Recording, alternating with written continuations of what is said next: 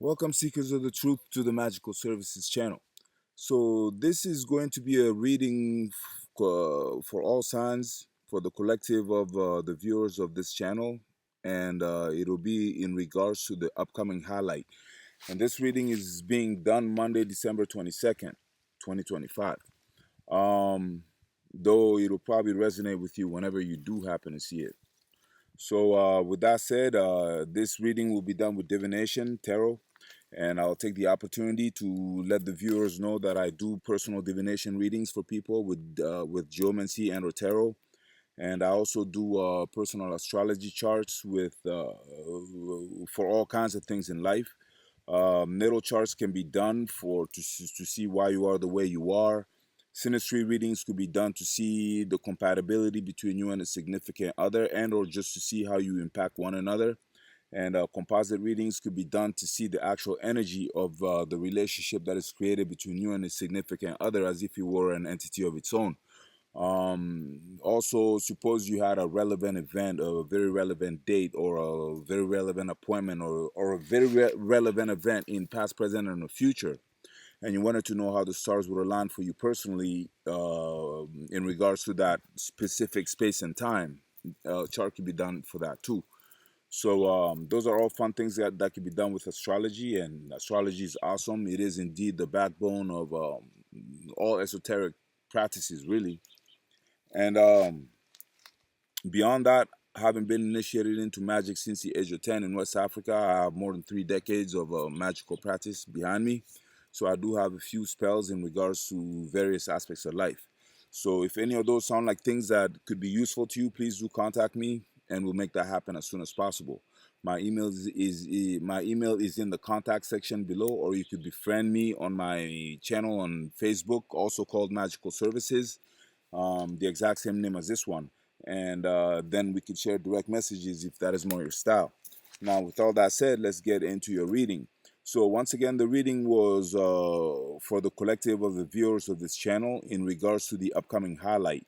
And what came out is the Ten of Wands reversed. So in the deck that I'm using, the archetypes that are used for that would be collapse from unsustainable load, or refusal to lay down even one stick, responsibility released but into chaos, liberation attempted but without delegation, the burden drops but the back remains curved.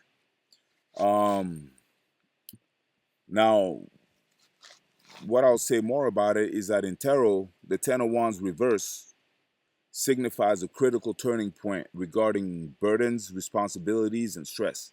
While the upright version represents carrying a heavy load, the reversal focuses on the release of that pressure, either through conscious delegation or an inevitable collapse.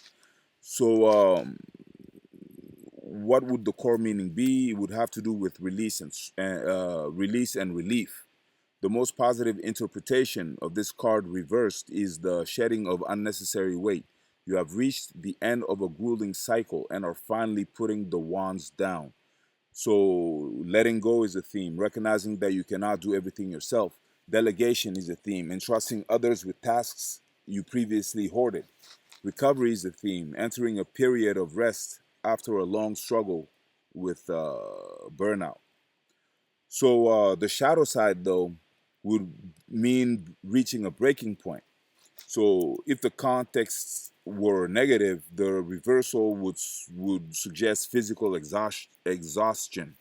Your body may be forcing you to stop because you ignored the warning signs of stress, or mental collapse, feeling crushed by expectations, or failing to meet deadlines because you took on too much, or avoidance, like shirked responsibilities or running away from duties that actually required your attention. So, in work or career, that could mean transitioning out of an overworked role, hiring help, or finally completing a massive project. Alternatively, it could mean failing to manage a workload.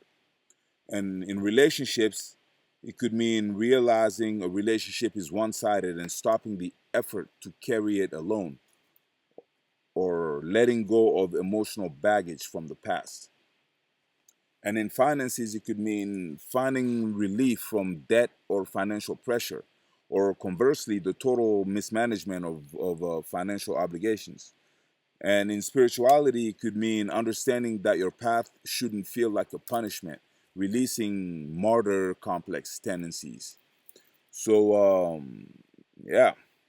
So about guidance and advice in regards to this card, is that the Ten of Wands reverse often asks if the struggle is worth the reward. So is the struggle worth the reward? It becomes a question. So one good thing to do would be to identify the must-haves, determine which responsibilities are essential and which are self-imposed clutter, and then ask for help. This card is a loud signal that you do not have to be the hero or the martyr, or and prioritize rest, prioritize recuperation before starting your next endeavors. So that's what I had for you all today, collective. I hope you enjoyed it very much.